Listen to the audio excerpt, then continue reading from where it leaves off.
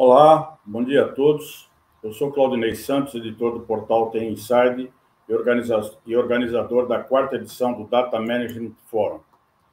Antes de começar, eu gostaria de fazer alguns avisos da nossa organização para que vocês possam ter o melhor proveito da participação de vocês aqui no evento. Então, primeiro eu gostaria de convidá-los para visitar os estandes dos patrocinadores para conhecer mais sobre as soluções e as empresas deste evento.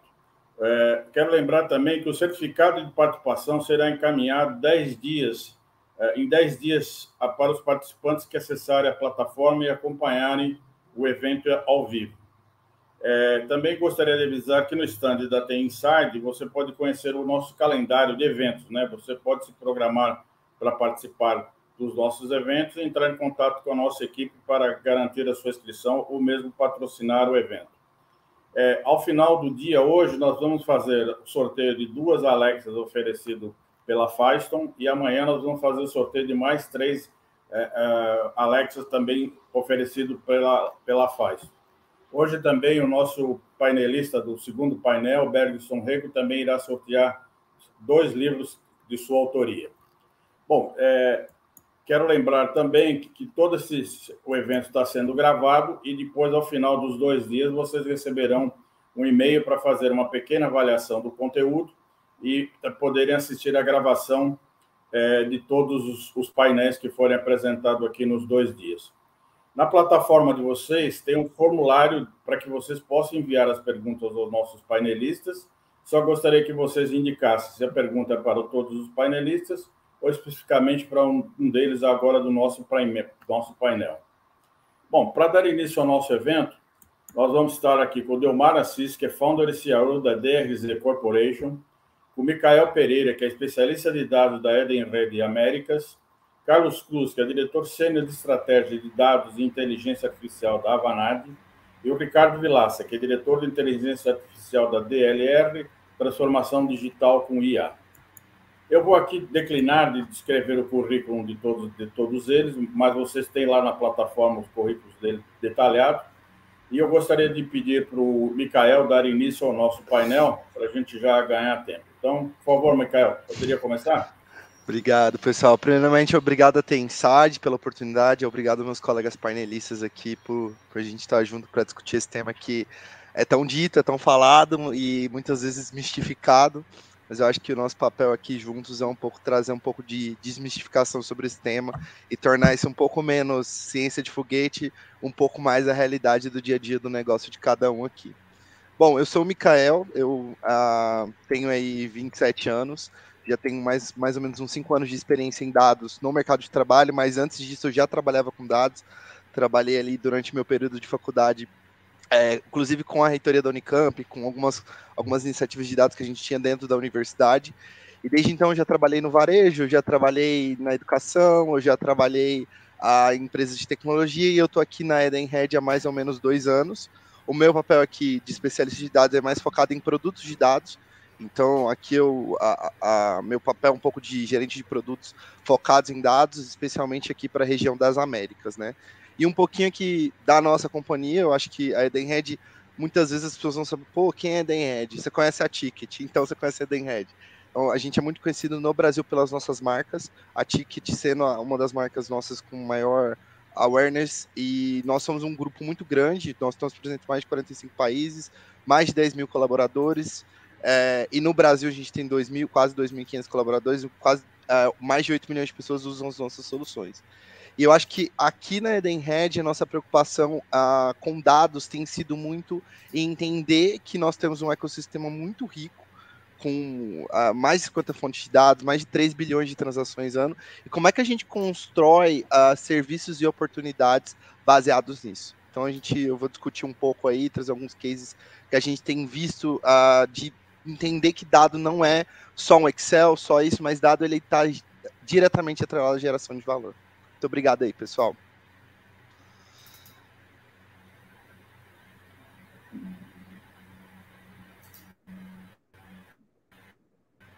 Tá no mudo, Claudinei. Eu cliquei aqui e não saiu. Desculpa. Eu gostaria agora de convidar o Carlos para a sua apresentação. Por favor, Carlos. Bom, primeiro, obrigado, Claudinei, a Insight pela organização, né? Obrigado aos colegas também por participar aqui do painel. Me chamo Carlos, né? Atualmente estou trabalhando aqui na Avanade como diretor, né, de estratégia de dados e inteligência artificial. Já tenho aí mais de 20 anos de experiência nesse mercado. Aqui na Avanade a gente faz, né, um trabalho super importante aí para as empresas Ford 500, né, as grandes organizações, com estratégia de dados, uso de inteligência artificial, né, que vem crescendo muito no mercado. Super legal esse painel aqui, que a gente consegue discutir, né, os caminhos, né, que a inteligência artificial vem tomando, como que a gente usa análises avançadas, né, nas diversas indústrias, né. Acho que sobretudo trazer um ponto de vista nas grandes organizações, né, de como que está acontecendo isso, os diversos usos, como que nós aqui da Avanade temos ajudado clientes, né, de todos os setores, né, a evoluir, né, nas suas seus diversos usos, né, que começa muitas vezes com uma análise exploratória e evolui para análises mais sofisticadas, uso de diversas tecnologias. Aqui na Avanade a gente se vale, né, da natureza do nosso negócio, né, que é uma joint venture entre a Microsoft, uma empresa super poderosa na área de tecnologia, e a Accenture, né, que é uma consultoria extremamente conhecida no mercado. Então, a gente traz o potencial dessas três organizações para os clientes, né, usando conhecimento científico, conhecimento de fato aí para explorar o potencial tecnológico e também matemático, né, como alguns sabem, a minha primeira formação é matemática e física, eu nunca pensei que fosse usar tanto, né, essas duas formações iniciais, mas obrigado aí pela oportunidade aos colegas. Muito legal, pessoal. Agora, gostaria de convidar agora o Ricardo para compartilhar seu ponto de vista. Ricardo, por favor. Bom dia, sou Ricardo Vilaça. Claudinei, muito obrigado pelo convite. É um prazer estar aqui com os amigos. São pessoas que eu já sou fã aí remoto, já à distância, então muito legal estar aqui com vocês. Eu sou estatístico, minha formação, eu sou estatístico, eu tenho algumas outras formações, mas essa para mim, a minha principal formação, né? Eu trabalho com inteligência artificial já tem quase 30 anos.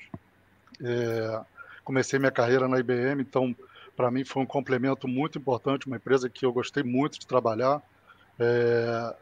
E ali, assim, tive uma formação muito legal que complementou muito com a minha formação de estatística.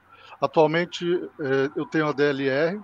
A DLR é uma empresa que ela atua no mercado com dois algoritmos, basicamente, e um workshop, né? E o objetivo da DLR é abraçar as empresas para que elas se reorientem rapidamente para uma estratégia e tática de inteligência artificial, né, bastante pé no chão, bastante orientado a negócios.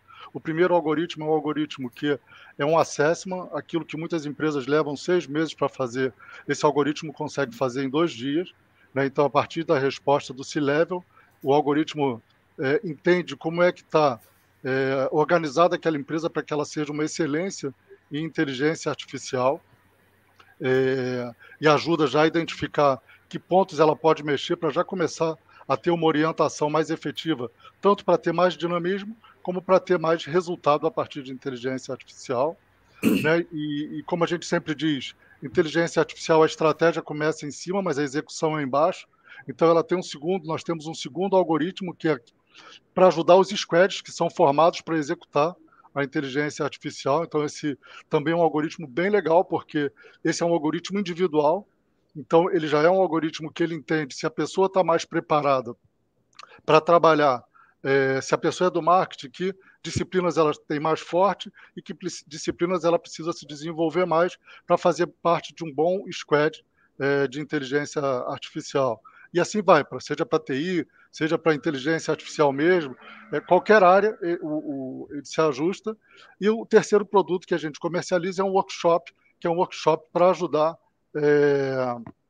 a alinhar a cultura. Né? Porque hoje, quando a gente fala de inteligência artificial, muita gente, cada um leva para a sua zona ali de conforto e de entendimento, né? Eu costumo dizer que quando eu termino uma exposição de inteligência artificial e que eu falo, e que a pessoa do outro lado pergunta, mas é um CRMzinho, né? Que eu preciso de 3 meses de terapia para me recuperar, né? Depois de ter feito uma apresentação e tal, mas brincadeiras à parte, então a gente está levando esses produtos para o mercado, porque o que acontece é que cada vez mais se confirma uma previsão de que a inteligência artificial está gerando 15,7 trilhões de dólares para a economia mundial até 2030.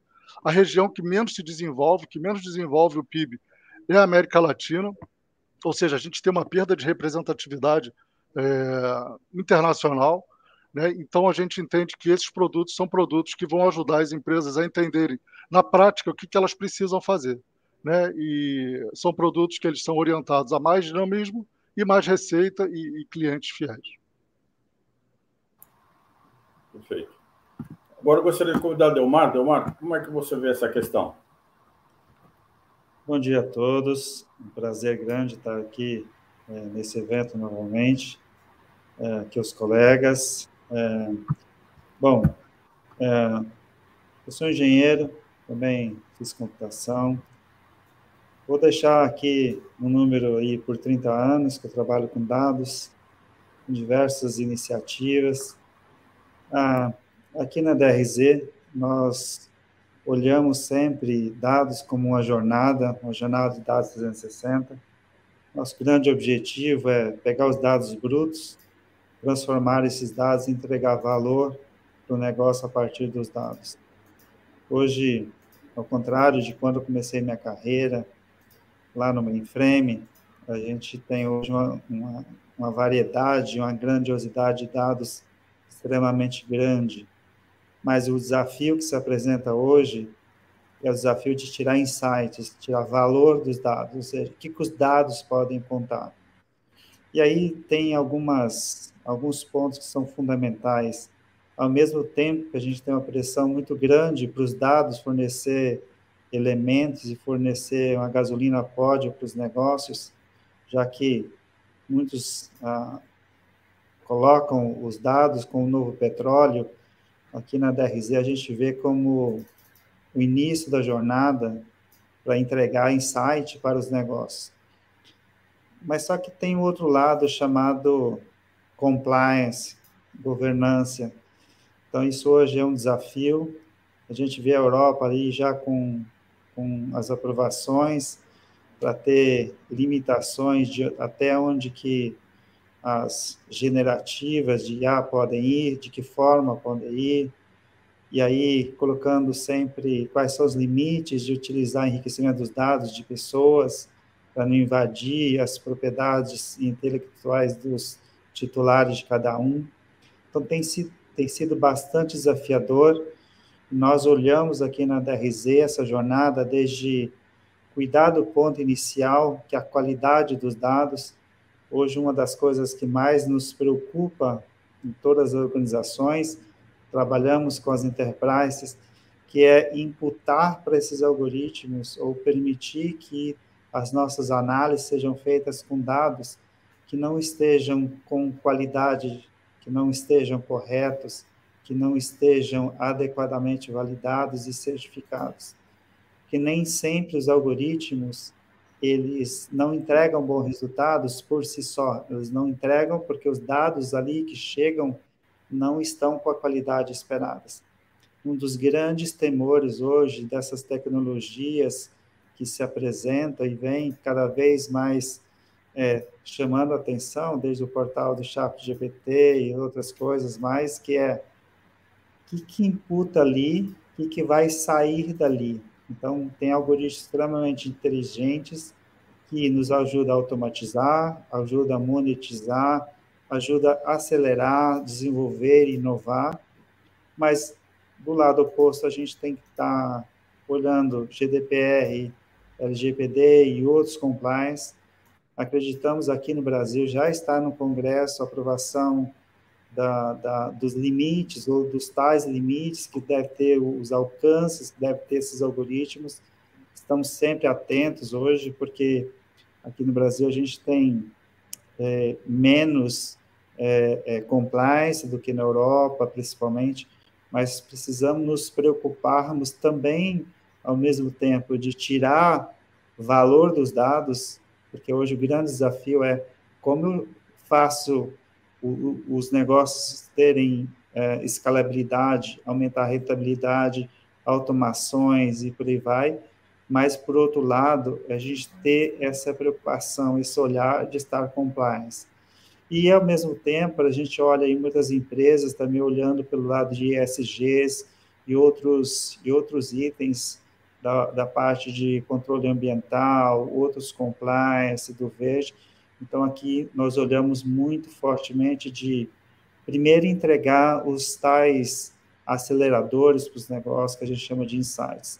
Mas, por outro lado, também estar muito atento à imagem das empresas, o que pode estar atrelado aí, porque coisas muito simples podem causar algumas dificuldades bastante profundas para as empresas, e uma delas é a qualidade dos dados. Então, hoje, o pilar, um dado íntegro, um dado com qualidade, um dado governado, ele é a base para a gente entregar o resultado que precisamos entregar para o negócio, são os insights, e, ao mesmo tempo, garantir o data governance.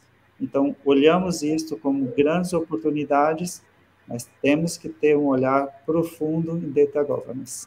Claudinei? Perfeito. Bom, eu gostaria de renovar aqui o aviso à nossa audiência que podem já enviar as questões pelo formulário da plataforma. Gostaria de fazer uma pergunta inicial para vocês. Como é que vocês... qual o principal gargalo que vocês poderiam definir para que se tenha uma jornada de dados de sucesso? Para chegar a uma análise avançada de dados, entregar insights de qualidade para a tomada de decisão, quais são os gargalos que as empresas encontram nessa jornada? Você quer começar, Ricardo? Carlos, quem quer começar? Tanto faz, pode ser o Carlos, pode ser... Manda bala aí, Carlos. Carlos, pode começar. Tá legal, pessoal. Tá bom, acho que, falando de análises avançadas, olhando as nossas experiências, né, em diversas indústrias, acho que é legal ressaltar um pouco como que está a evolução, né, aqui na América Latina, sobretudo no Brasil, que é uma área que a gente atende fortemente, né. Os nossos clientes hoje eles estão evoluindo, né, na maturidade de uso dos dados. Essa maturidade ela parte do ponto de vista de que o cliente já entendeu que nós temos alguns tipos de análises, né, para poder fazer ao longo da jornada. A gente sai da análise do passado, né, análise descritiva dos dados, análise diagnóstica. Acho que essas duas elas fazem alusão a dados históricos, né? O cliente então entendeu que é importante ter dados armazenados e com qualidade para que ele possa ter uma visão descritiva e diagnóstica. E à medida que ele avança, ele também usa, né, novas visões, como, por exemplo, a análise preditiva, que hoje está se tornando bastante comum, né, nas organizações, está se tornando bastante utilizada. E essa evolução ela não para, né? A análise preditiva junto com a análise prescritiva, elas fazem parte de tentar visualizar o futuro, tá? Trazendo aqui uma pesquisa recente, né, do Forrester Research, esse mercado ele vai crescer muito ainda, principalmente nos próximos 5 anos, né? A gente está vivendo um momento agora, um momento da industrialização, né? É o momento de implementar novas tecnologias, de fazer bastante uso, né, de estatística, sobretudo conhecer aqui análises com mais complexidade quando a gente olha para o futuro, né? Até 2020, até final de 2023, a gente entende, né, que 40% das 5.000 companhias mais importantes aqui na América Latina vão investir muito, né, em governança de dados, como comentou o colega, arquitetura, né? Os clientes as empresas estão olhando também o tema de como que transforma essas análises em operações, né, como é o caso de DataOps, por exemplo, e chegar no ponto de ter machine learning amplamente distribuída na companhia, né? A jornada de uso de dados, ela é bastante complexa, né, porque ela não depende só da disponibilização dos dados, não só da qualidade, não só da governança, né, mas também tem a questão cultural, né?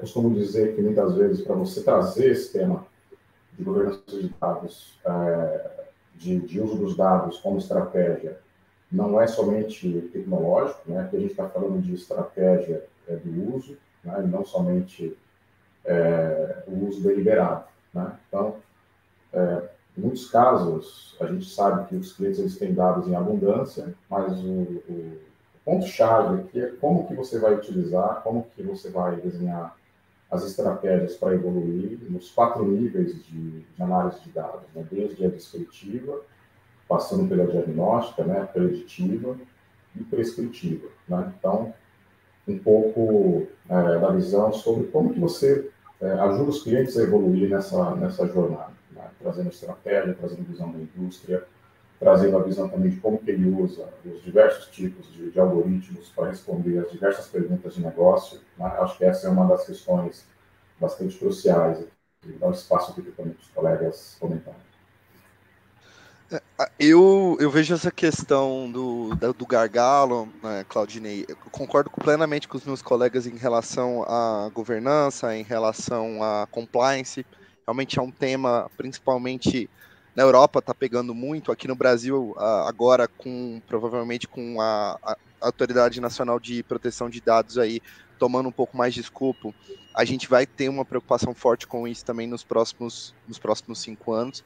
Mas eu acho que, para mim, o gargalo de dado, ele está muito relacionado ao gargalo de qualquer grande mudança sistêmica que você tenta fazer dentro do ambiente corporativo.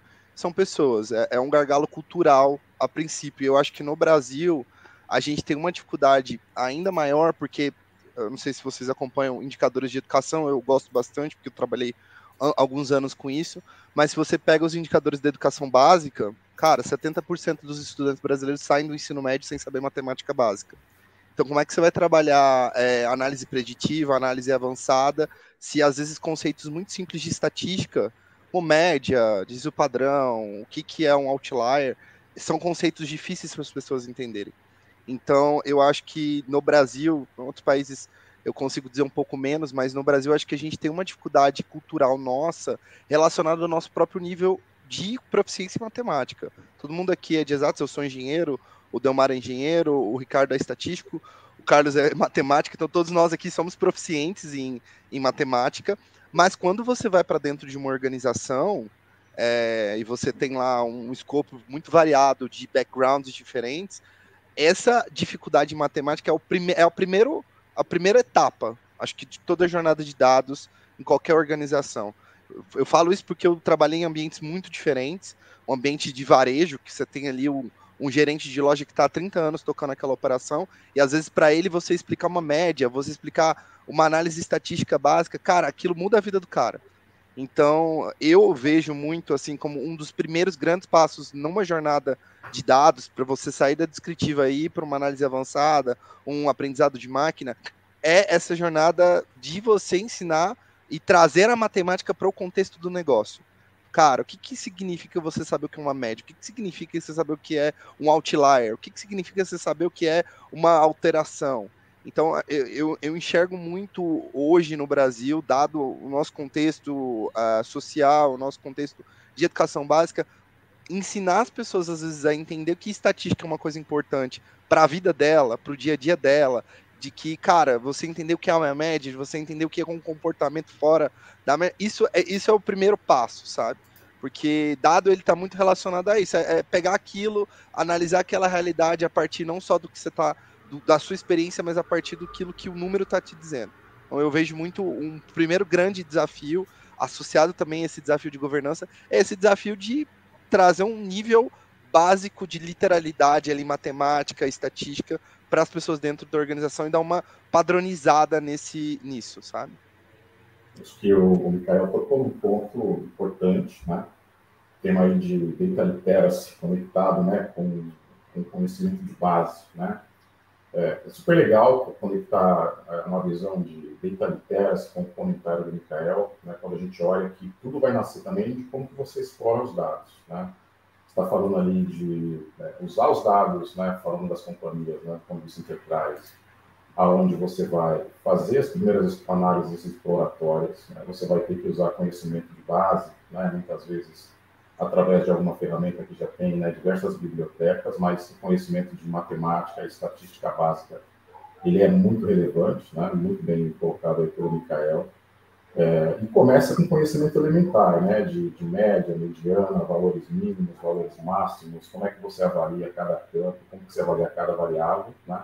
Porque um dos desafios que vem logo na frente é como que você seleciona as variáveis mais importantes para que você possa fazer ali o início, né, da sua jornada de análise, né? Então, o conhecimento de base é super importante e literacia de dados, né, data literacy, né? Toda companhia tem que ter essa visão de como que usa os dados, né? A educação, a cultura, esse conhecimento de base é super importante para destravar o uso, né? Eu acho que muito boa colocação aí.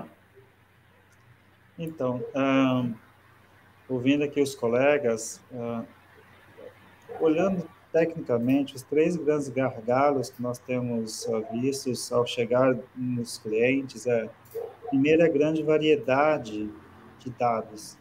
Hoje a gente tem dados on-premise, tem mais de um cloud, mais de um tipo, mais de um formato. Às vezes, os data lakes que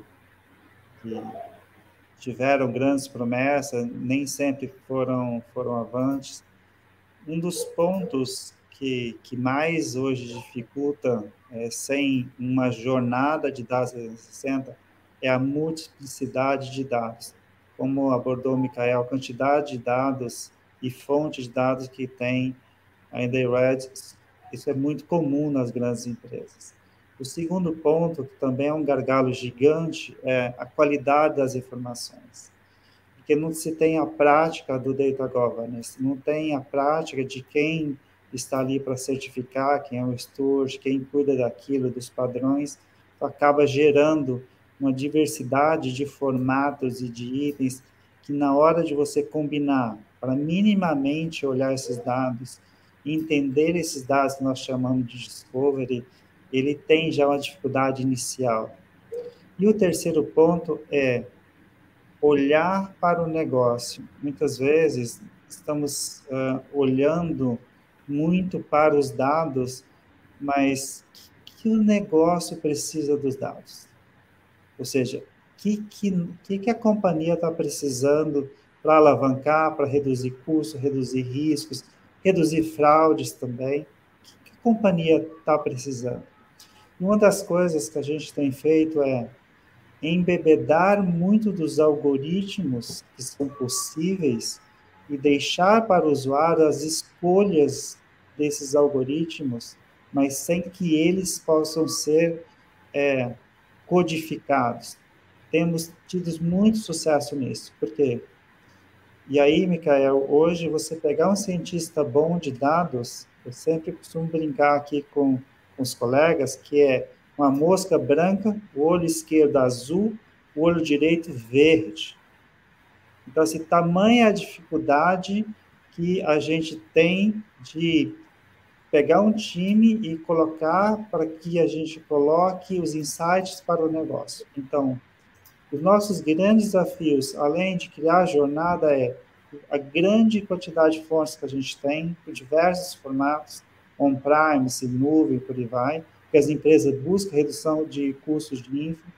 Depois, a qualidade de dados. Hoje, para nós, qualidade de dados hoje tem sido um ponto central. Não adianta eu querer fazer preditivo ou descritivo se eu tenho banana e laranja. Não vai sair uma banana no futuro. Vai sair uma outra coisa. E depois a gente tem que focar no negócio. E hoje, pela pressão, codificar, usar um open source, não tem sido um caminho.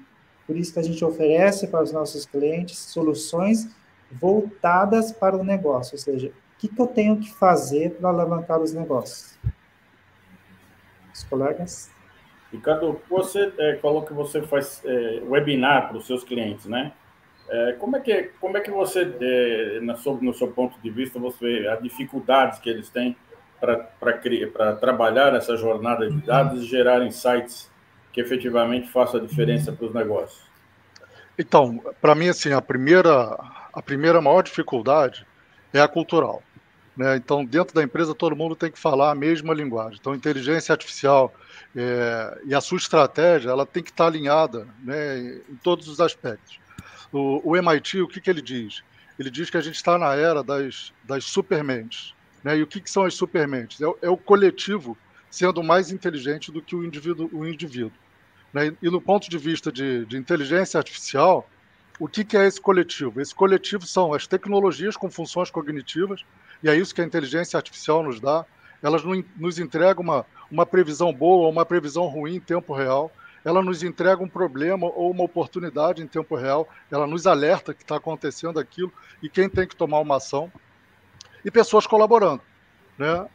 Pessoas colaborando é esse trabalho em equipe, né? Então, se o cientista de dados, ele produz, ele analisa informações, essa informação ela tem que ser gerada por um time de estratégia, o time de estratégia pega essa informação, bate ali com o time de negócios, e isso tudo é incorporado na plataforma da empresa. Então, esse coletivo, né, eu vou dar um exemplo aqui, esse coletivo ele faz a diferença, ele faz a criação, né, de uma superinteligência, que é como o MIT chama. Eu gostaria de dar um exemplo, que eu sou conselheiro de uma empresa de saúde, e lá nós desenvolvemos uma inteligência que ela faz o seguinte: quando uma pessoa chega no hospital, ela identifica quais são os fatores básicos daquela internação, e aí ela já projeta o tempo de internação, o custo de internação, e avalia se aquela pessoa deve merecer uma atenção maior ou menor em função das enfermidades e das questões particulares que ela está trazendo. Isso é um uso, né, assim, prático, né, de um algoritmo do uso de inteligência artificial. Agora, além dessa questão cultural, a gente chama muita atenção para a questão dados, né? Hoje, um dos assuntos mais discutidos no mundo em relação à inteligência artificial é viés, né? Inclusive, tem uma série no Netflix chamada Coded Bias, né? Que é uma menina, é um documentário, né? Eu não sei se é uma série ou se é um episódio, mas é um documentário, uma menina que ela entrou no MIT e quando ela... É um documentário, né? Quando ela entrou ela foi fazer lá ela botava uma máscara branca, o algoritmo de reconhecimento facial identificava ela. Quando ela deixava a cor da pele dela, ele não reconhecia ela como uma pessoa. Então vem falando muito sobre isso, sobre viés, né? E a gente bate muito lá na empresa sobre a importância da gente fazer uma modelagem de dados bem feita. Eu sempre digo o seguinte: se a gente falar pelos dados, a gente está sendo tendencioso. Se a gente deixar os dados falarem, a gente está indo por um bom caminho. E deixar os dados falarem é utilizar as técnicas que, de fato, né, a gente costuma usar muito na empresa análise não supervisionada, né, é utilizar técnicas para ajudar aos dados falarem o que eles sabem. Né? Porque se a gente, né, conseguir falar com jeitinho com eles, usar as técnicas certas, eles revelam tudinho. Né? Caio? Não, eu queria só adicionar um comentário, dos colegas, que está muito relacionado ao exemplo que o Ricardo deu, né? Eu acho que destravar dado para entrega de valor está muito relacionado a exatamente o exemplo do Ricardo, que é, cara, o que eles fizeram? Um processo foi mudado a partir da tomada de decisão, a partir da análise daquele dado. Então, o paciente chega no hospital e uma decisão vai ser tomada a partir daquela análise. E a experiência tem mostrado que o que de fato alavanca valor em dado é a partir do momento que, primeiro, você tem um problema muito bem definido para ser resolvido. Cara, eu tenho um problema específico aqui, não sei, eu preciso tomar uma decisão, ou eu preciso melhorar um indicador, ou eu preciso, não sei, alavancar, criar um novo serviço que é baseado num problema de uma outra pessoa. A partir do momento que você tem isso, assim como qualquer outra ferramenta tecnológica, a gente pode falar de dados, a gente pode falar de inteligência artificial, a gente pode falar de fluxos de automação. O dado, ele passa a fazer sentido, ele passa a entregar valor a partir do momento que eu tenho um framework, eu tenho um problema, eu tenho um processo que ele precisa de uma mudança. E é muito interessante porque quando você tem isso muito bem definido, as pessoas geralmente não apresentam tanta resistência àquele dado, porque uma coisa que eu já ouvi muitas vezes, poxa, dado é muito difícil, as pessoas não querem saber e tudo mais. Eu não vejo bem assim, eu vejo que muitas vezes a gente vem com projetos, vem com ideias, vem com algoritmos que não resolve o problema de ninguém. Ele vai dar um número bonito, ele vai dar uma análise legal, mas não tem nenhum problema, nenhuma uma questão urgente para ser resolvida, uma questão importante de uma companhia, de uma organização, para ser resolvida com aquele ponto. A partir do momento que eu tenho um ponto, um problema, um processo bem definido, como qualquer outra ferramenta tecnológica, aqui é um olhar muito de produto. Você olha o dado como um produto. Assim como você faria um design de produto lá para o iPhone, você faria para o teu algoritmo ou para o teu dashboard. A coisa começa a ganhar tração. E aí um segundo ponto que eu queria adicionar aqui é que a gente está num estágio, em muitos lugares, que a gente também está começando, que eu ligo com o ponto do Delmar, essa diversificação de fontes, de infraestrutura, de arquiteturas, tem gerado, em muitos lugares, uma discussão importante de custo também. Qual que é o custo que eu tenho de processar os meus dados, de gerar meus algoritmos? E aí, esse ponto de custo está relacionado a esse ponto de impacto muito diretamente, porque se eu tenho uma tecnologia que me custa 10, mas ela me resolve 100, eu vou pagar tranquilamente. Eu vou me esforçar para pagar. Agora, se eu tenho uma tecnologia que me resolve, que me custa 10, mas o retorno sobre o investimento dela é 0,5, aí eu começo a me questionar se vale a pena ou não eu ter aquilo implementado. Perfeito. Aqui, tema que eu acho relevante também, né, para não falar de tecnologia, eu acho que é super importante avaliar a maturidade que cada um dos clientes tem, né? A gente falou aqui nos 4, né, tipos de análises que podem ser feitas, né? Descritiva, prescritiva, lá atrás também um pouco, né, de análise descritiva. Cada cliente apresenta uma maturidade, né? Se a gente entender que a implementação é importante, né, o tema de complexidade de dados também é importante, e a gente tem que considerar isso, né? Algumas organizações têm mais avançadas, né, do ponto de vista do uso do dado, onde a cultura já é algo que evoluiu, as tecnologias e o conhecimento daquelas pessoas também evoluíram, quando você fala do uso, né, de matemática básica e estatística. E aí considerar a maturidade como um ponto de partida. Tá? Quando a gente olha ali, né, todos os outros temas comentados, né, compliance, ainda é bastante novo, né, todo hype de chat GPT, é importante começar. Eles querem conhecer a tecnologia, alguns clientes querem conhecer como que usa, né, através dos negócios. Então, conectando aqui a estratégia do negócio, maturidade, né, a gente oferece aqui formas de começar, né, com POCs, com desenvolvimentos, trazendo bastante próximo para o cliente, para ele sair do hype, né, do uso das análises avançadas. E aí evoluir, né, nessa discussão em cada cliente, né, uma vez que a gente sabe que tem diversos casos de uso, né, no tema de análises avançadas. Perfeito. Nós já temos algumas perguntas aqui da audiência. A primeira pergunta é da Alessandra. Ela pergunta: como vocês veem a governança de dados, que ela pode trazer um diferencial nas empresas? Monetização seria um caminho? Então, governança de dados é um grande guarda-chuva e não é um tema novo, já é um tema bastante antigo.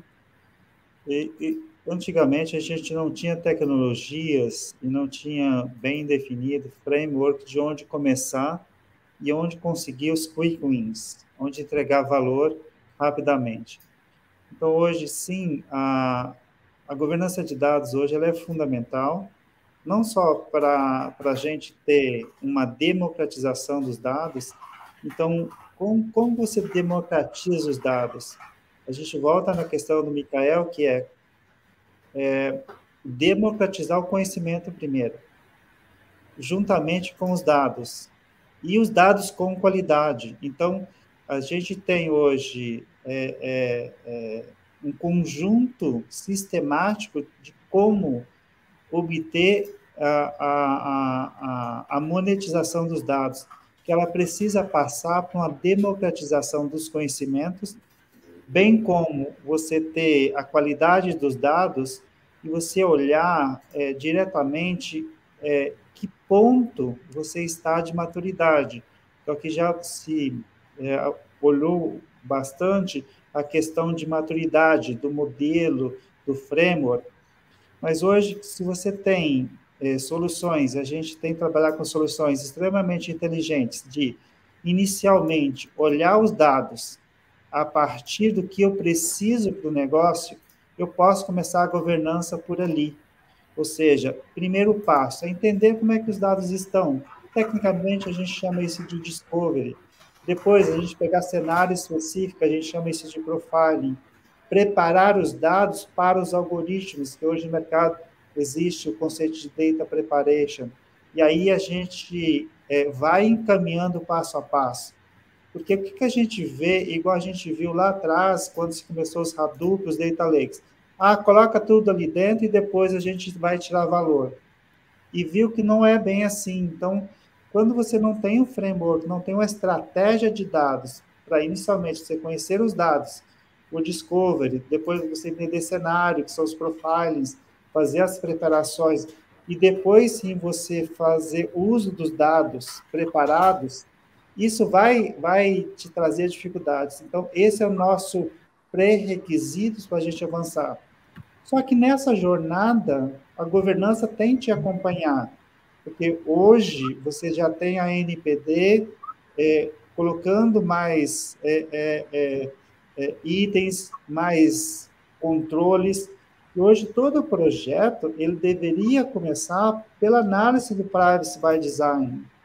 E como você vai fazer uma análise do seu projeto, se ele tem viabilidade, mediante o uso dos dados dos titulares, para você estar compliance by design, se você não tem um discovery, se você não sabe quem é o owner, se você não entende como é que os dados estão, se você vai precisar fazer transformações, qualidade. Então, colocando aqui essa questão de governança hoje ela é fundamental para monetizar, para democratizar e principalmente para trazer valor para os algoritmos. E hoje existe um conceito de mercado que é está muito como hype, como todos sabem, que é a história do data mesh. O que é a história do data mesh? É fatiar como que eu vou fazer os trabalhos para acelerar a adoção, tanto da parte avançada de análise, quanto a parte de governança. Por quê? Porque o negócio hoje precisa desses insights. Mas o que a gente vê? Se você for direto para os insights, isso vai trazer dificuldade. Pode trazer alegria nos primeiros resultados, mas logo em seguida, nos preditivos, isso vai te trazer dificuldades. Então, governança hoje ela é fundamental, tanto para monetizar, para o data mesh, para fazer a democratização, para você ter controle, e principalmente, o que a gente tem visto em grandes corporações também eu faço um projeto departamental que ele se torna muito interessante, traz alguns resultados. A empresa diz o seguinte, olha, vamos escalar para tornar algo corporativo e para outros itens. É aí que nascem os desafios e, às vezes, muito, muito complexos. Igual o Micael falou assim, olha, eu tenho 10 de custo para processar. Eu vou no departamento, processo uma pequena massa e eu obtenho um retorno de 2. Mas para processar o todo, o que era 10 vira 20 e o retorno vira 3. Então, governança vai entregar esse valor junto com a jornada de dados 360. É dessa forma que a gente faz hoje as coisas serem escaláveis. Hoje, o nosso desafio não é só objetivar, conquistar esses resultados imediatos, mas é escalar também ao longo do tempo. E garantir que a gente vai estar fazendo as coisas corretamente. Então, hoje, teríamos que ter todo o discovery, todo o ownership, todo o profiling para eu garantir o meu privacy by design. E, por outro lado, garantir também que os dados, na hora que forem imputados para os algoritmos ou para as soluções que vão trabalhar os insights, eles tenham qualidade, para que a gente possa focar nos resultados. Tá bom? Isso é muito relevante aí, pessoal, o tema de governança, né? Todos os clientes, né, todas as empresas que a gente vai fazer um trabalho de maturidade, é super, né, relevante comentar as dimensões, né, que a gente avalia os clientes para ter a clareza da maturidade, né? Tem a dimensão de qualidade, tem a dimensão de arquitetura, né, a dimensão ali de utilização, de segurança, né? Todas esses pontos são importantes para a gente poder trazer suporte para o cliente e ajudá-los a evoluir, né? A gente fala muito de análises avançadas, mas tudo depende, né, de como que esse dado está sendo utilizado e como que o cliente utiliza, né, falando aqui de cultura organizacional, né, junto com a governança. Né? Um tema muito amplamente discutido, né, bastante duro muitas vezes, né, porque a gente está falando aqui de equilíbrio de poder, a gente está falando aqui de equilíbrio de utilização, de regras de uso, e aí tem o grande framework também, né, LGPD, que nos ajuda a fazer esse direcionamento, né? Mas a governança de dados ela é essencial, né, para a evolução natural na utilização dos dados, né, dos nossos clientes. Então, super relevante esse tema. Obviamente tem muita profundidade, né, mas é bom deixar esse highlight, né, para toda a nossa audiência de quão importante é, não só para a monetização, né, mas também para a distribuição, para o culturamento, para trazer eficiência operacional. Os clientes estão buscando muito isso, né? Não só do ponto de vista da utilização, mas de como que atende também aos diversos consumidores, stakeholders, né, que a empresa, porventura, precisa atender. E só um último comentário, além do risco regulatório, compliance e dessa questão de escalabilidade que está diretamente relacionada ao custo, eu acho que tem uma outra questão que é sustentabilidade dos projetos, né? Sem governança, você fica muito preso na mão daquele desenvolvedor sênior que sabe qual é a linha ali do where, do join, do SQL que ele precisa aplicar. Então, e qual é a coluna, qual é a regra de negócio? E quem nunca passou por esse desafio de, cara, preciso ali validar uma informação, poxa, mas tem um painel tem essa, no outro painel tem aquela. Então, a governança ela é essencial para garantir a sustentabilidade dos projetos e garantir que, cara, eu não vou ter 1.2 num painel e 0.8 no outro, né? O que traz ali, que é um desafio que eu acho que todo mundo já passou em algum projeto de dados, que é como é que eu garanto que aquele dado tá ok, faz sentido, e mina diretamente a credibilidade da tomada de decisão em cima dele. Então, além do compliance, além do custo, além de todas as questões que os colegas trouxeram, acho que tem uma questão diretamente relacionada à sustentabilidade, de ser sustentável, de ser uma coisa que não depende de pessoas e sim de um conhecimento sistêmico que é da companhia, não da pessoa. Trazer um pouco de processo, né? Acho que dado ele ainda é um tema muito novo em muitos lugares, em muitas organizações, e falta um pouco de processo. E aí acho que a governança ela traz justamente esse escopo processual para o tema de dados.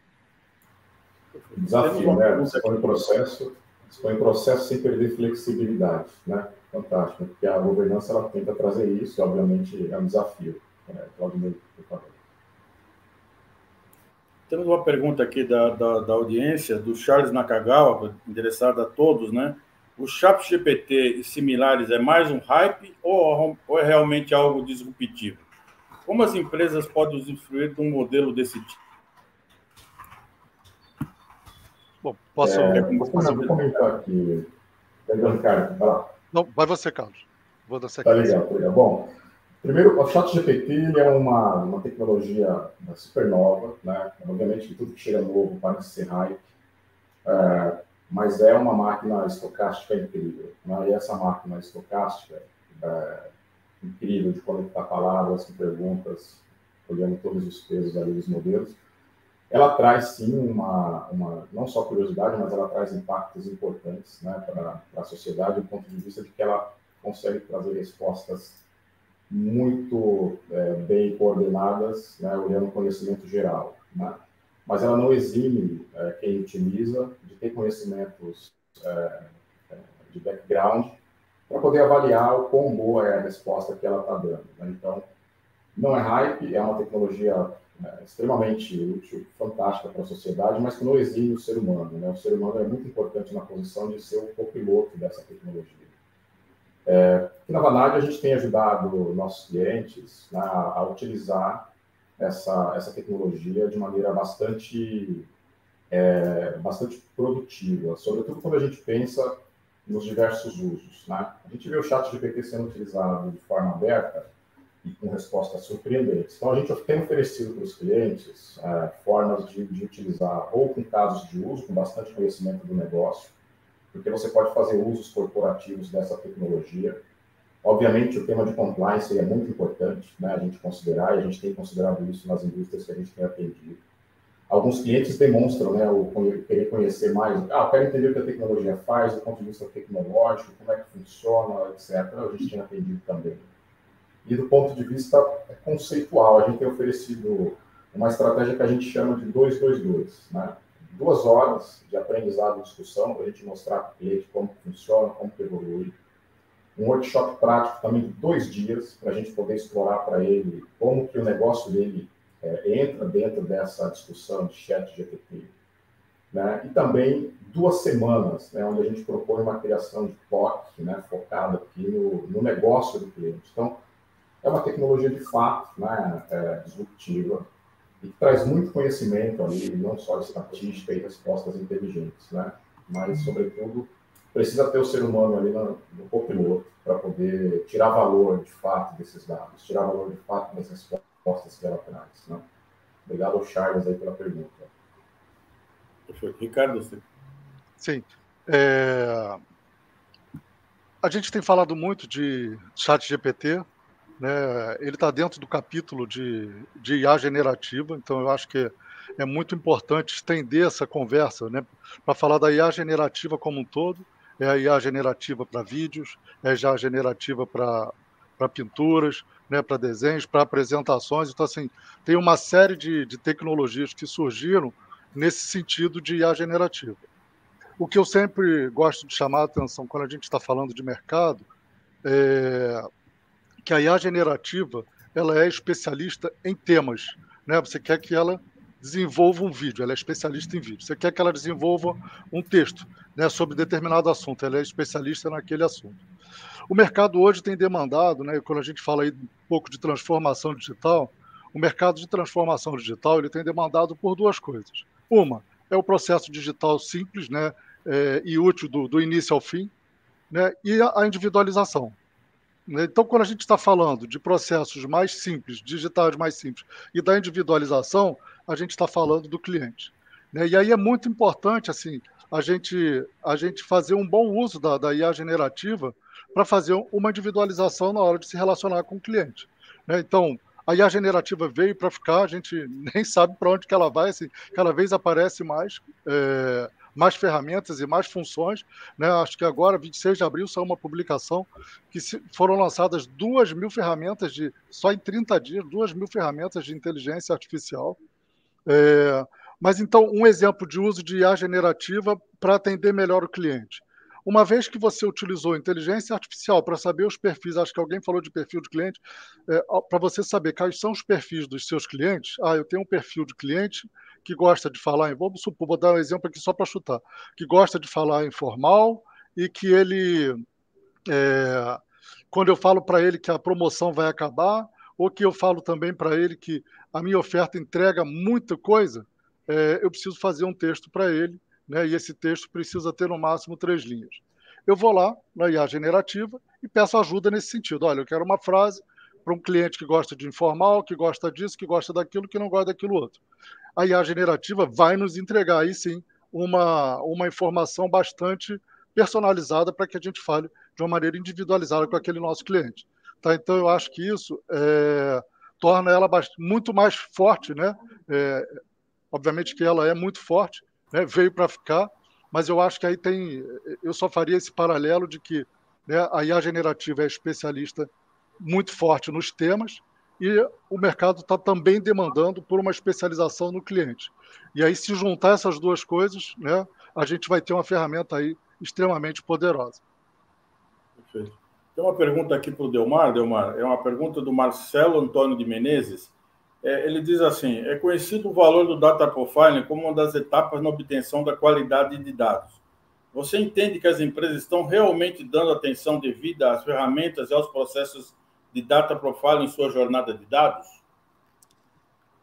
Então, Marcelo, obrigado pela pergunta. Na verdade, o que tem sido desafiador é colocar essas etapas, o que elas proporcionam para o negócio. Porque, às vezes, nós que estamos à frente hoje de tecnologia, soluções, temos aqui alguns nomes que nós sabemos o que é, sabemos os valores, mas não é levada a devida tradução para o negócio. Então, o negócio hoje, ele está drivando suas atividades com a tecnologia, usando a tecnologia.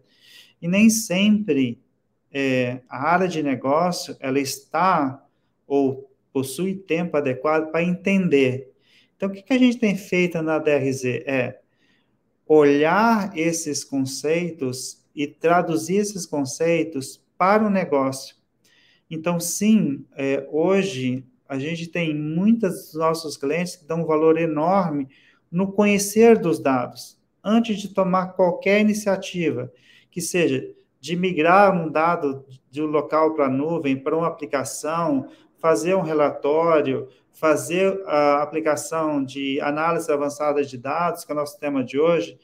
Tudo isso, ele nasce do entendimento de como os dados estão em cada cenário. Então, você parte de um discovery e você vai fazer os seus profiles, as suas análises.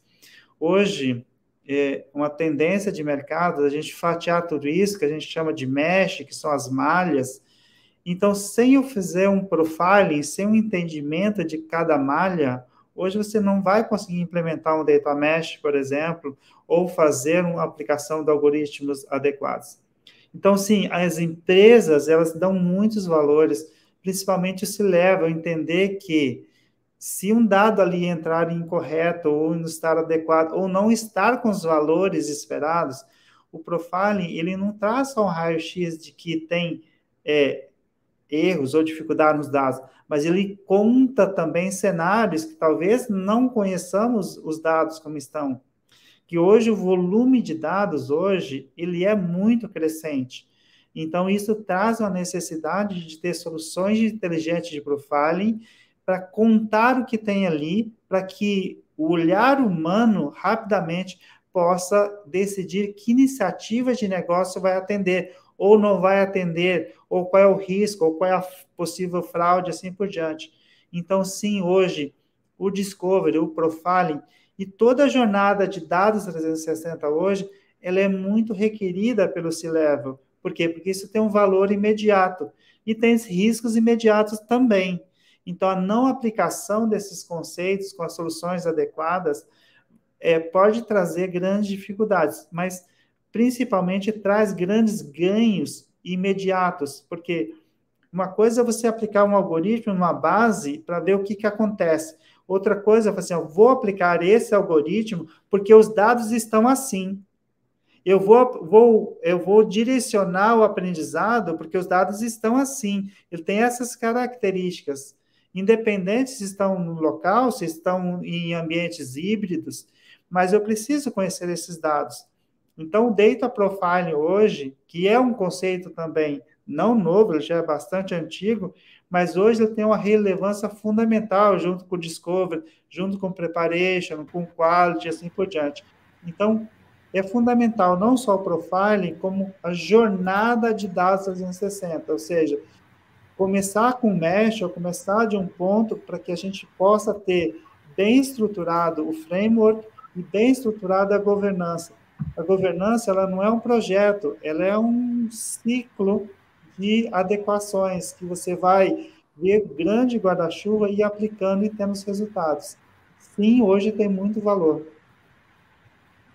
Tem uma questão aqui rápida aqui também, conectada a isso, da Alelo, que é sobre MDM e sobre profiling também de governança. O que a gente recomenda para cadastro? A nossa recomendação aqui é comecem para olhar o capítulo chamado Master Data Management, que é o MDM, é um bom caminho para começar com o cadastro. Para como organizar o cadastro, comece com o MDM, comece com o Hub de dados, dados únicos, é ali que está o ponto para a gente avançar, ok? Essa é a pergunta que a Mica da Lelo estava fazendo para vocês, né? Ela disse que há um pouco mais de um ano ela fez uma transição de carreira e está atuando no setor de meios de pagamento, na área de governança de cadastro. Então, ela gostaria de desenvolver habilidades analíticas, aprender mais sobre data-driven, jornada de dados, etc. Que sugestões de curso, leituras e mentorias vocês poderiam indicar? Eu acho que aqui, você está nesse momento de transição de carreira, a primeira coisa é entender que dados ele tem diferentes caminhos de carreira, né? Tem um caminho de carreira em dados do engenheiro de dados, tem um caminho de carreira em dados do cientista, tem um caminho mais voltado para produto. Então, acho que uma dica que eu poderia dar, o primeiro passo é entender qual tipo de atividade ou tipo de caminho de carreira que faz mais sentido. E eu acho que isso tem duas coisas, tanto ler quanto experimentar, ver, se colocar em situações de projetos em que você desempenha papéis diferentes. Porque são habilidades diferentes, são caminhos diferentes de carreira e que exigem skills e cursos diferentes.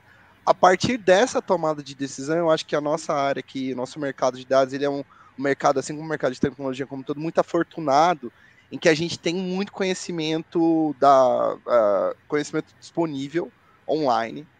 As próprias plataformas, as grandes plataformas de dados, né? Como, por exemplo, a Azure, a AWS, elas têm suas próprias certificações. Você tem muita coisa na Udemy e você tem players mais locais, né? No Brasil, pode citar a Data Science Academy, enfim. Então, acho que o primeiro passo que eu faria é entender qual que é o caminho que faz mais sentido e, a partir disso, e buscar online informações. Tem cursos presenciais excelentes também, mas eu acho que o primeiro passo é entender, cara, o que eu quero fazer?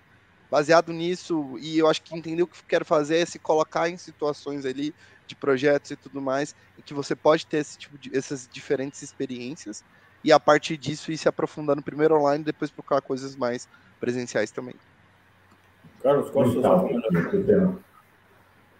o colega está, de fato, né, fazendo uma mudança. Eu acho que o tema de dados, corroborando com o que o Mikael comentou, como ele é bastante amplo, né, tem muitas opções. Né? Você pode olhar as opções onde você se enquadra mais. Né? O tema de analytics, né, de análise de dados, vai exigir um pouco de conhecimento, né, matemático, de estatística, né, talvez atrelado a alguma ferramenta que a pessoa tenha mais proficiência ou proximidade para começar a explorar esses caminhos de analisar dados, usando como, por exemplo, o fato de ela estar numa organização que já tem um consumo da indústria. Eu sempre falo que conhecer a indústria da qual você faz parte ou que você tem mais afinidade é super importante, né? Porque só analisar os dados sem conhecimento de contexto da indústria ele tem baixo valor, você ganha muito mais valor, né, do ponto de vista de resultados quando você conhece a indústria dos dados que você está analisando,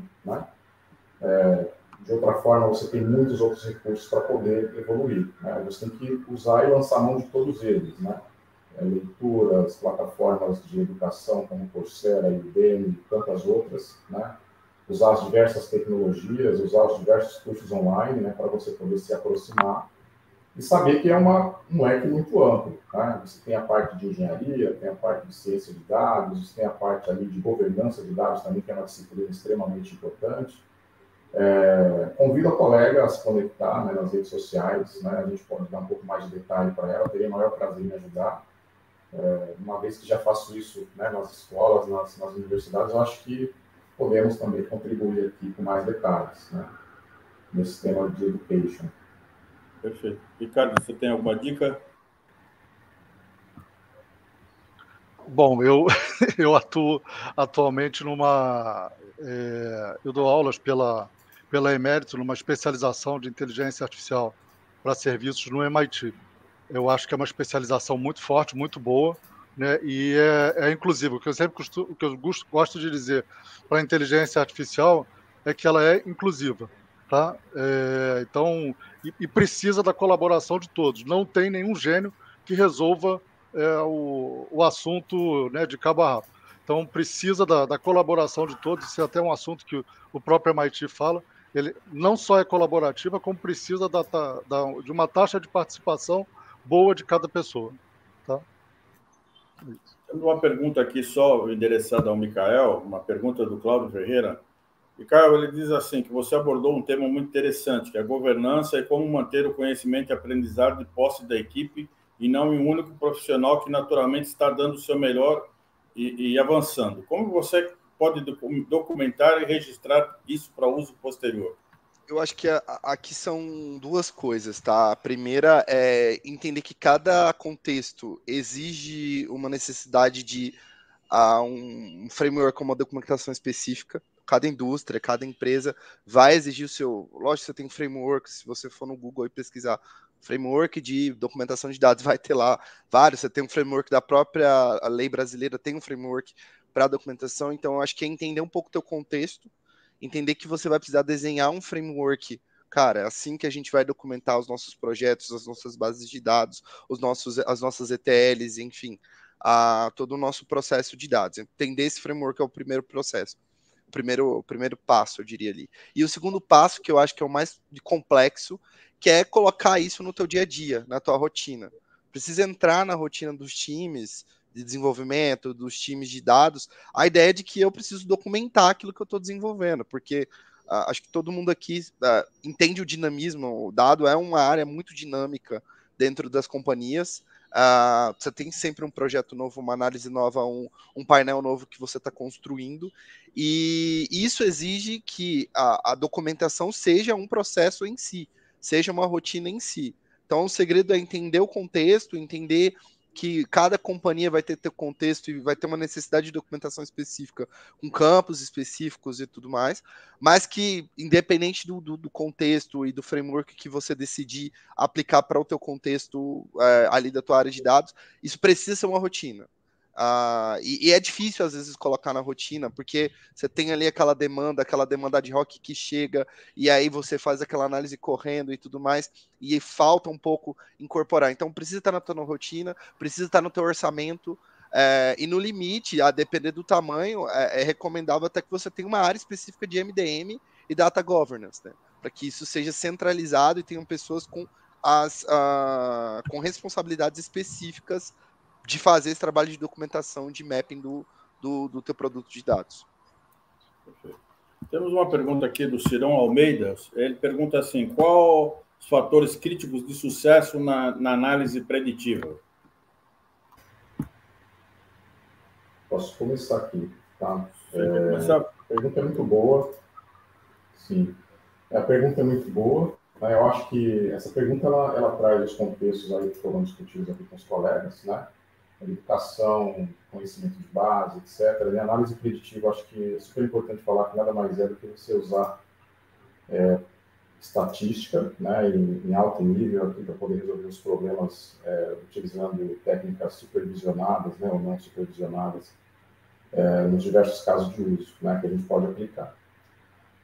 Falando especificamente das necessidades, né, para análise preditiva, aqui eu destacaria primeiro entender bem o que o negócio está precisando, né, qual que é a pergunta de negócio que você vai responder com uma análise preditiva, né? Às vezes, a análise preditiva ela pode ser substituída por um relatório simples, né?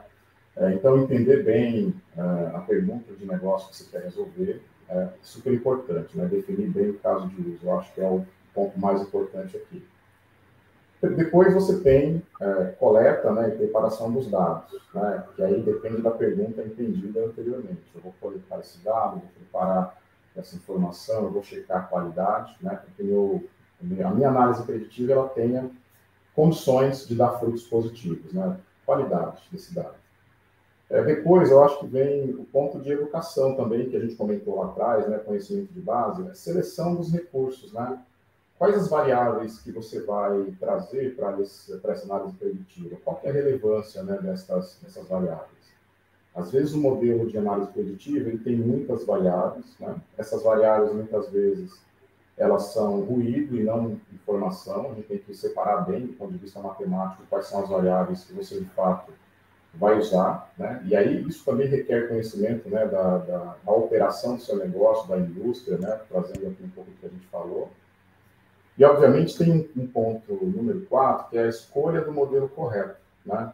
Quando a gente olha os diversos modelos, diversas possibilidades de usar modelos como, por exemplo, né, na estatística, regressão linear, regressão logística, árvore de decisão, são bastante usados quando a gente fala em aprendizado supervisionado, que é uma área que, né, eu tenho trabalhado bastante.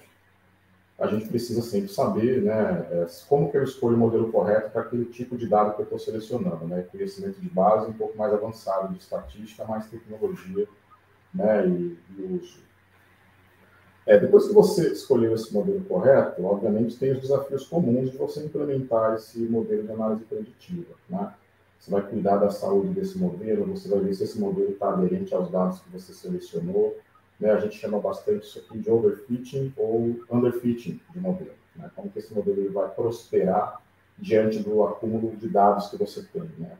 Então, e aí você vem um outro tema que é a interpretabilidade, né?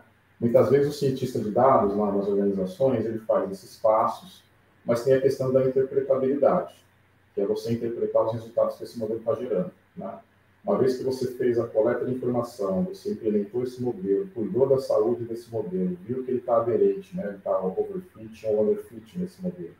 Você viu que esse modelo está aderente, né? O drift do modelo está ok, né? Todas as métricas responsivas. Como é que eu interpreto os resultados? E aí, do ponto de vista prático, né? Muitas vezes o modelo de análise preditiva ele quer prever coisas simples, né? Qual que é o melhor produto que eu posso vender para determinado cliente? A resposta está aderente com o esperado? Ou eu quero fazer uma análise preditiva que vai prever a possibilidade de quebrar um equipamento com antecedência para que eu não tenha aquele prejuízo. São casos que a gente trabalha com muita frequência, né, aqui na Vanad. Então, esses são os passos que eu considero cruciais, né, que conecta, né, as questões que a gente discutiu aqui, e no âmbito total também tem o tema de governança, né, falando de modelagem, de informações, e modelos preditivos. Né. Muito boa pergunta. Então, espaço aí para os colegas também falar. Eu tenho um comentário muito rápido aqui sobre a análise preditiva, que é o seguinte: tudo isso eu concordo 100% com o que o Carlos comentou, né? Muito, muito boa a fala dele. Só tem um cuidado que eu sempre trago isso quando a gente está fazendo algum projeto de análise preditiva, é que a análise preditiva, por mais robusta que ela seja, ela sempre está olhando o passado. E a vida é imprevisível. Então, se você colocasse um modelo de análise preditiva para rodar ali em fevereiro de 2020, para prever o teu business volume, por exemplo, né, seu volume de negócio, para março de 20, ele não ia prever a pandemia. Não tinha como prever que tudo ia fechar e que algumas operações iam explodir, né? O e-commerce ia explodir de vender, o iFood ia explodir o seu volume de negócios, delivery, as plataformas de delivery, mas as companhias aéreas iam ter o pior resultado que tiveram em décadas. Então é importante ter em mente que a análise preditiva, ela, por mais robusta que ela seja, por mais fitting que ela tenha com a tua operação, ela sempre está olhando, ela está baseada num dado que está olhando para trás. E a vida ela tem. Então é importante você ter esse fator de que o futuro, por mais que você tenha, que você tente predizer o futuro, ele tem um fator de imprevisibilidade que você precisa considerar na hora de tomar uma decisão. Não, tomar uma decisão, ela não pode ser só isso. Ela precisa considerar uma imprevisibilidade, uma entropia que é natural à vida. Né? Então é legal trazer isso, que aqui eu acho que é a nossa fronteira, né? A gente consegue olhar, a gente consegue criar modelos, mas a nossa fronteira está na entropia que existe no universo por existir, né? Aí precisaria comentando aqui, aí precisaria consultar a bola de cristal. Ricardo, você quer complementar? Quero, também é só, né? Eu acho que o Carlos... Esse tema que eu... Ricardo, depois aí o comentário. Fique à vontade. Falo eu ou falo o Carlos? Pode falar, Ricardo. Tá. Eu chamo o Ricardo. Então, eu só queria complementar que acho que o Carlos e o Micael já falaram praticamente tudo. Né? Eu só queria colocar um ponto, né? Só para a gente ficar atento, né? Que inteligência artificial, antes de mais nada, não importa a técnica que a gente está utilizando, ela é a descoberta de padrão. Né? Por isso que a gente olha, numa análise preditiva, a gente olha para trás para entender os padrões. E aí, nesse aspecto, né, para a gente ter um modelo, né, consistente, né, óbvio que tem muita ajuda de material, né, e de ferramenta que ajuda, mas muito cuidado para a gente não utilizar essas bibliotecas que já estão prontas, né, achando que elas são a solução. Né? Lembrando que assim, o que eu tenho comentado é inteligência artificial é um trabalho de colaboração. Então, muitas vezes eu vejo, por exemplo, as pessoas às vezes falando, vou botar aqui uma biblioteca de anomalias e acha que está tudo resolvido. Não está. Né? Biblioteca anomalia de mercado, ela é muito mais aquela história do lobo, né? Que ela avisa toda hora que o lobo mau está aparecendo e o lobo mau não chegou. Então, é muito importante que os modelos que a gente utilize, eles tenham fit, né, com a nossa história, com o padrão da nossa empresa. Tá? Então, só esse ponto que eu queria colocar. Carlos, você quer fazer mais algum comentário? Eu acho legal o tema, né, de imprevisibilidade. Vou deixar para a nossa audiência, acho que tem 2 livros, né, que eu gosto muito, que fala sobre. O primeiro deles é Cisne Negro, né, do Nassim Taleb, né, que eu acho que é super importante para a gente poder ter a visão do que é imprevisível. Né, a imprevisibilidade, de fato, ela existe. E tem um outro livro que eu gosto bastante, que é do Judy Purr, né, que é o Causalidade. Né? Entender como que ocorrem as causalidades também ajuda a gente a fazer uma seleção de variáveis assim, extremamente rica quando você vai fazer modelos preditivos. Né? Obviamente, existem modelos preditivos bastante comuns no mercado, mas existem modelos preditivos com muitas variáveis também. Quando você considera causalidade e imprevisibilidade, você tem que ter uma visão de tempo e espaço diferente das outras pessoas. Né? Por isso que o tema de educação matemática e estatística é importante para você ser eficiente na hora de defender uma determinada modelagem. Então, 2 livros que eu acho importantes, né? O Cisne Negro e Causalidade. Tem o famoso caso, né? Acho que todo mundo que trabalha com dados, o famoso caso da análise dos aviões, né? Que voltavam da Segunda Guerra Mundial, aonde estava a quantidade de balas, né? As marcas de balas. As marcas de bala. Eu acho que para mim aquele é um caso maravilhoso, né, nesse exemplo do Carlos ali. Pô, se tá voltando é porque tá vivo, né? Eu não vou reforçar onde tá voltando. Vou voltar onde não tem a bala. Perfeitamente. Muito legal. Muito legal. Temos uma pergunta aqui da Alessandra Nakonechny,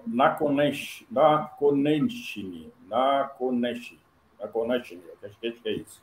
Ela pergunta assim, e quanto à inteligência artificial, como a governança pode ser inserida nesse assunto tão em voga?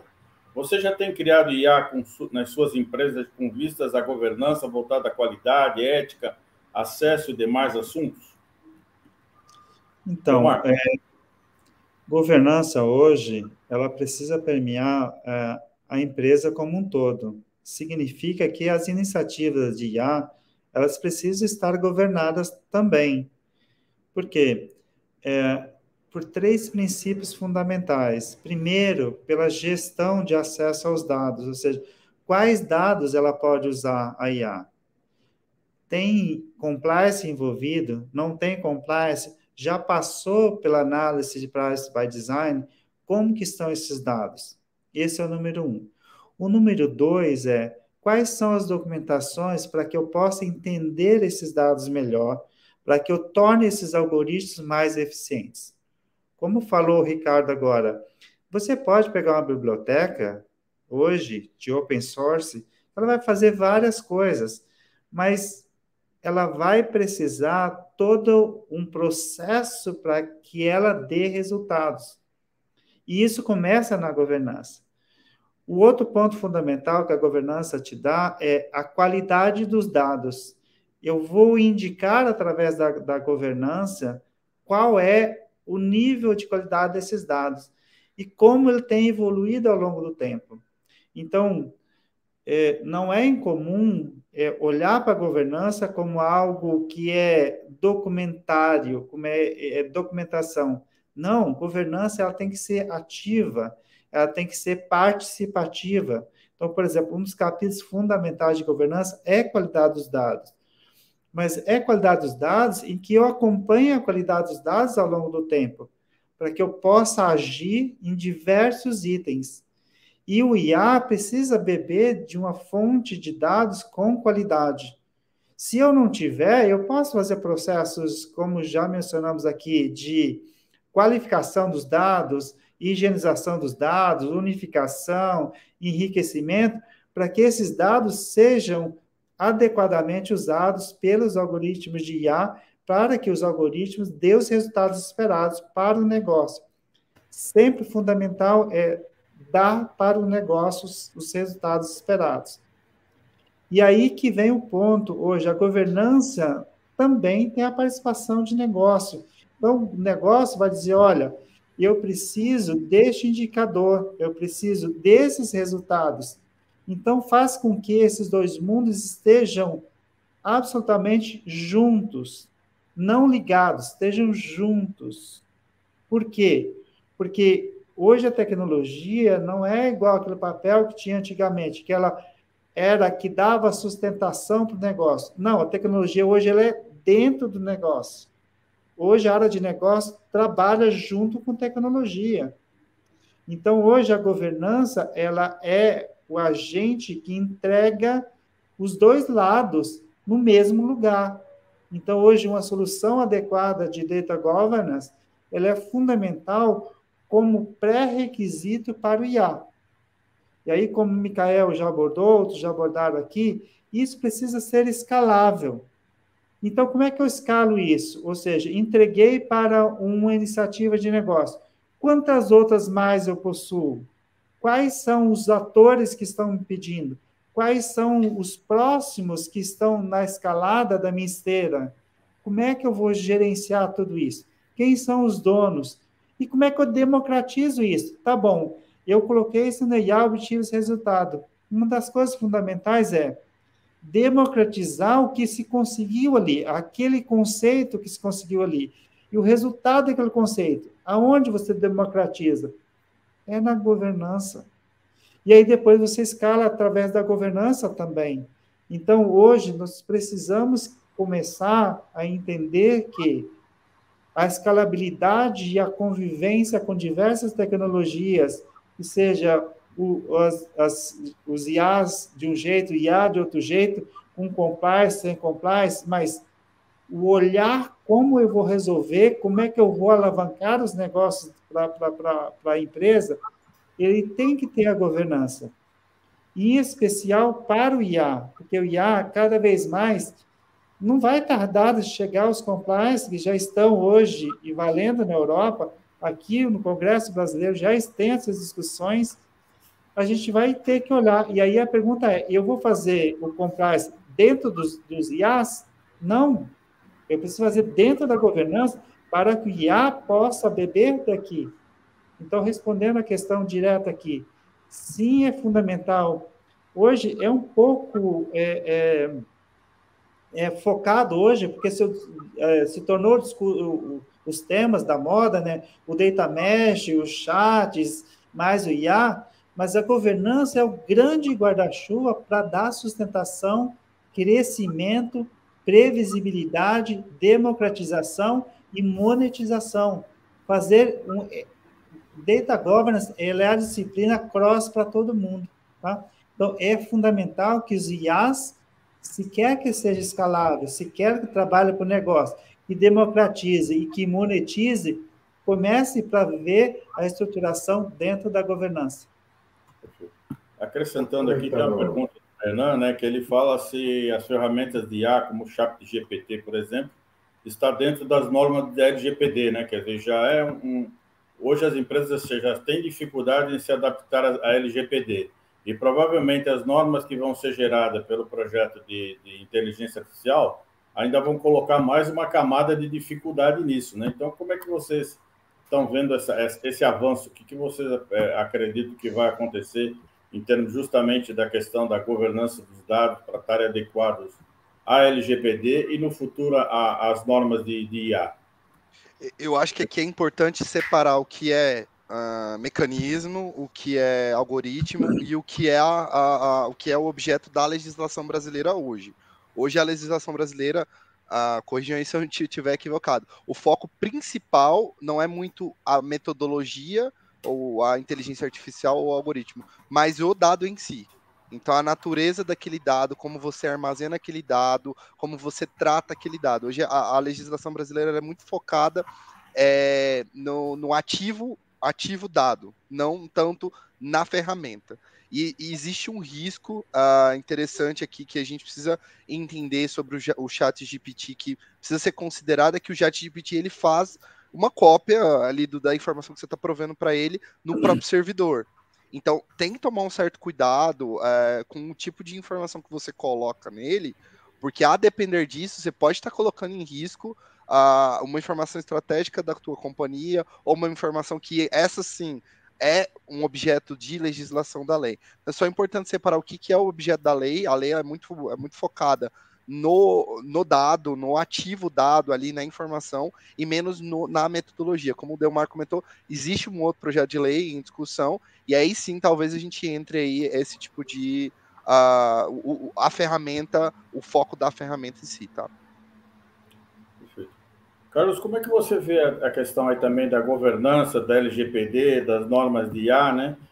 Também existe um comentário que também, cada vez mais, os dados eles vão pertencer às pessoas. Então, hoje as pessoas ainda não têm o poder sobre a importância delas serem donas dos seus próprios dados. Como é que você acredita que também vai evoluir isso também no futuro e ter todas essas questões dentro de uma plataforma de governança envolvendo proteção de dados, inteligência artificial, monetização de dados? Como é que você vê esse cenário, esse caldo que tá começando a ferver?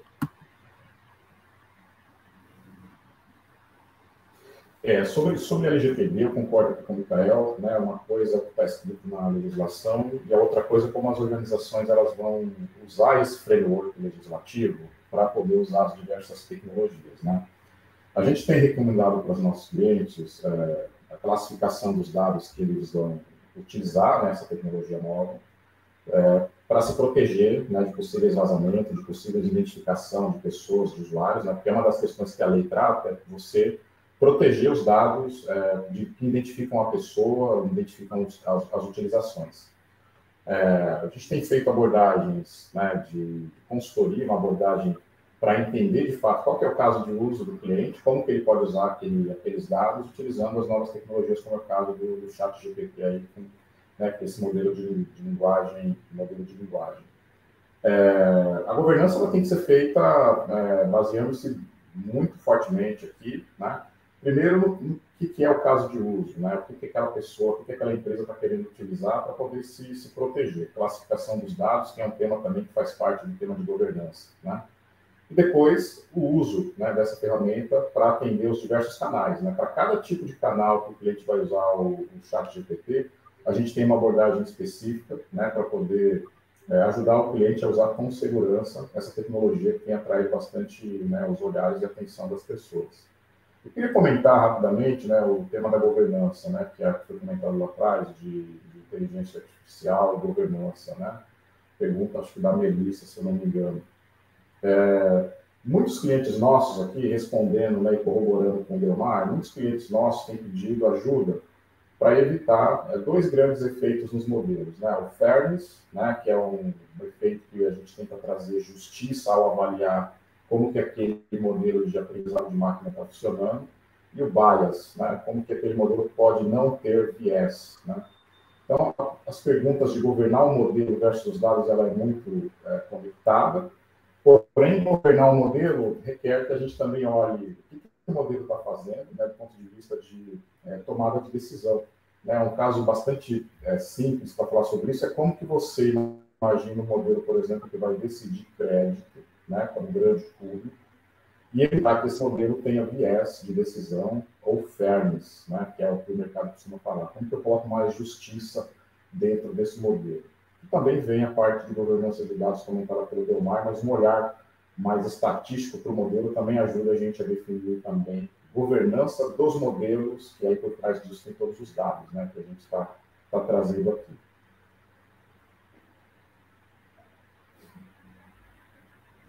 Ricardo, você quer comentar também? Sim, queria fazer um comentário sobre essa questão de LGPD e ChatGPT pelo outro lado. né? Então, né, o ChatGPT é uma ferramenta de IA generativa, né? Existem, por exemplo, outras ferramentas como o Midjourney, que é uma ferramenta para imagens, né? E você pode, por exemplo, pedir, eu quero uma imagem da praia, mas eu quero ela no estilo de Van Gogh. E você vai ter lá o resultado da praia, vai ter lá uma pintura da praia, né, num estilo pós-impressionista ali, né, no estilo de Van Gogh. Né? Então, né, quem tiver os direitos de Van Gogh pode, né, demandar para o Midjourney que não quer que seja que isso aconteça. Fala, olha, se alguém pedir a lá Van Gogh, a ferramenta não vai executar. Então, é uma forma de proteger, isso já está acontecendo, eu já vi textos, né, muitas vezes as pessoas pedem textos, eu vi também um discurso para o GPT no estilo de um determinado político brasileiro, e o discurso veio muito semelhante, foi muito legal, mas o próprio político pode chegar lá e falar assim, olha, eu não autorizo que saiam no meu estilo. Tá? Então é uma forma também de estar protegendo as pessoas aí pela ótica da ferramenta. Perfeito. Bom, infelizmente a gente está chegando aqui ao final do nosso painel. Eu gostaria que você se despedisse da nossa audiência e fizesse suas considerações finais. Quer começar, Delmar? Sim, vamos lá. Então, obrigado aos colegas, Claudinei, audiência, obrigado às perguntas. Aqui deixo a mensagem, a DRZ é uma empresa focada em soluções de gestão de dados, então temos soluções para fazer toda a jornada de um dados 360, desde o arcabouço de pegar os dados brutos, transformá-los, levá-los até os ativos com seus insights, passando pela governança, passando ali pela gestão dos dados principais, que chamamos de MDM, e a comunicação com os nossos clientes, que a gente chama de CX/CM, que é a parte de digital. Então, conte conosco, foi um prazer grande, um bom resto de eventos para todos aqui, e deixo aqui o agradecimento a todos e passo a palavra aqui para o próximo colega. Obrigado. Micael? Queria agradecer a oportunidade aí da TI Inside de participar desse painel, foi muito, muito rico a troca que a gente teve aqui. Obrigado aos colegas pela troca de informações, pela discussão. Fica aqui o meu agradecimento também à nossa audiência, que trouxe perguntas super interessantes e trouxe assim uma discussão que tangibiliza um pouco, né? Dado sempre é um tema que às vezes fica muito longe da realidade. Eu acho que a gente foi muito bem sucedido em trazer um pouco mais para o dia a dia das pessoas. E surgindo dúvidas, se alguém quiser trocar uma informação, bater um papo, só me acionar lá no LinkedIn e a gente tem essa troca legal. Muito obrigado, pessoal. Obrigado, Micael. Carlos, queria se despedir da nossa audiência, suas considerações finais? Claro, primeiro, obrigado aí, Claudinei, pelo convite, obrigado aos colegas, né, por ter participado, né, desse painel super rico. Né, o tema de análises avançadas é bastante amplo, né. Também quero me colocar à disposição da nossa plateia, agradecer a plateia que participou também dessa discussão. Estou lá nas redes sociais, principalmente no LinkedIn, para discutir os temas que comentamos aqui. Também queria destacar um pouco dos serviços, né, da Avanade. Né? A Avanade, ela tem especialização profunda, né, no tema de estratégia de dados, analytics, né, de uma forma geral. Né? O tema de modelo preditivo está bastante em crescimento aqui para a gente também. Tá? Quero destacar também, né, que nós viemos aí atendendo muitos clientes, né, de todas as indústrias. Então, tem muito de serviço aqui que a gente pode ajudar os nossos clientes. Né? Me coloco à disposição de todos, né, para a gente falar sobre isso e evoluir aí do que for necessário. Obrigado a todos aí pela audiência. Ricardo, suas considerações finais? Bom, obrigado, Claudinei, pelo convite. É prazer estar aqui com os amigos. Eu sempre fico feliz de falar desse assunto. Parabéns para quem veio assistir, porque eu acho que é um assunto que demanda de cada vez mais aculturamento, cada vez mais entendimento, mais alinhamento cultural. É de fato a quarta revolução industrial, então ela está varrendo o mundo. Então, muito feliz de estar aqui. Para mim é uma missão, né, ajudar com inteligência artificial e me colocar à disposição para quem quiser bater papo. Eu estou também no LinkedIn e a gente dá sequência. Perfeito. Bom, pessoal, muito obrigado a todos. A gente se vê no ano que vem, na 5ª edição do do Data Management Forum. Um grande abraço.